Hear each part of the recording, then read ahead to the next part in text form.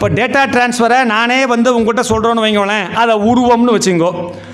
ஒரு வயர் மூலியமாக அந்த டேட்டாவை டிரான்ஸ்ஃபர் பண்ணுறேன்னு வைங்களேன், அதுக்கு என்ன பேர்? அரு உருவம்னு வைங்கோ.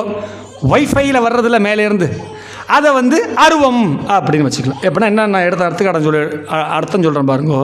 இப்போ நடராஜ பெருமான் இருக்கார் இல்லையா, காஸ்மாலஜி, டான்சர் ஆஃப் காஸ்மாலஜி, பயங்கரமாக அவர் பிரபஞ்சத்தின் நாட்டியத்தை ஆடி காமக்கூடிய ஆள் யார்? நடராச பெருமான். அவருக்கு உருவம் இருக்குது அழகா, கண்ணு காது மூக்கெல்லாம் வச்சு குஞ்சித பாதத்தை அழகாக இடது பாதம் தூக்கி அழகாக ஆடுறாரா இல்லையா ஒரு ஆட்டம். அப்போ அவருக்கு ஒரு உருவமாக நம்ம வச்சுருக்கோம் இல்லையா, அதற்கு உருவ வழிபாடு என்று பெயர்.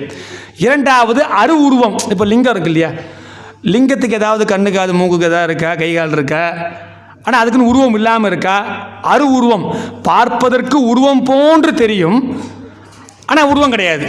இப்போ லேண்ட் வயர் மாதிரி வயர் இருக்குன்னு தெரியும், ஆனால் டேட்டா எப்படி ட்ரான்ஸ்ஃபர் ஆகுதுன்னு நமக்கு தெரியாது இல்லையா. இது இரண்டாவது. மூன்றாவது தான் என்னது? அருவம். தூணிலும் இருக்கிறார், துரும்பிலும் இருக்கிறார், செல்போன் இன்ஸ்டாகிராமிலும் இருக்கிறார். முருகப்பெருமான் உருவமாகவும் இருக்கிறார், அருவுருவமாகவும் இருக்கிறார், அருவமாகவும் இருக்கிறார்.